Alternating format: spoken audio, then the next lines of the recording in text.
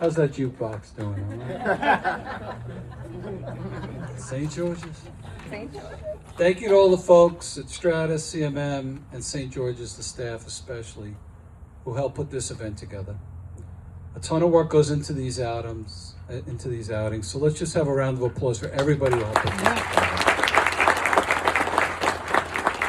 I also want to thank all of my partners and our board members at Strata Foundation. You know, without your guys' support, believing in my cockamamie ideas, this would never be a reality. So thank you guys very, very much for support. You know, when I started the Strata Foundation 10 years ago, it was originally called CMM Cares. I did so because there was a growing void here on Long Island between the haves and the have-nots. The have-nots being good people that, due to no fault of their own, were falling behind. Life on Long Island moves very quickly, and one small tragedy can put families in a riptide from which they can never recover. Over these 10 years, we have helped dozens of families make it through these times because of the generosity of all of you.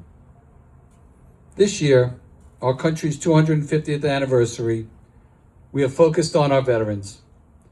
A nutty bunch of misfits who voluntarily come together to serve and protect our safety and freedom so that we as golfers, another category of nutty misfits, could spend the day on a beautiful course with people we love without having to worry about our liberty being attacked.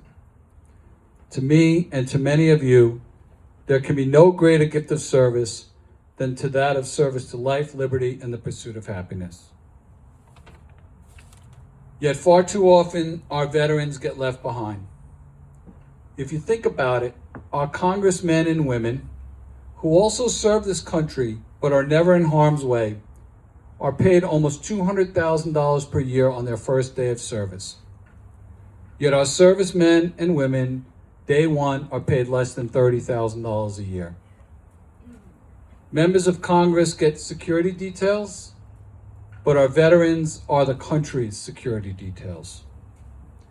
In a world where active conflict continues to exist, it is no surprise that mental illness is a symptomatic cause of harm to our military, particularly due to PTSD, which affects more than 15% of our veterans.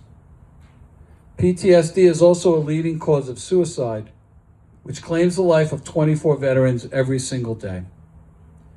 Thus, as a veteran, and as someone who has been blessed with more than I deserve in my life, I am proud this year for our foundation to be supporting the upcoming national headquarters for America's Vet Dogs, an organization I proudly serve as a member on their board of directors.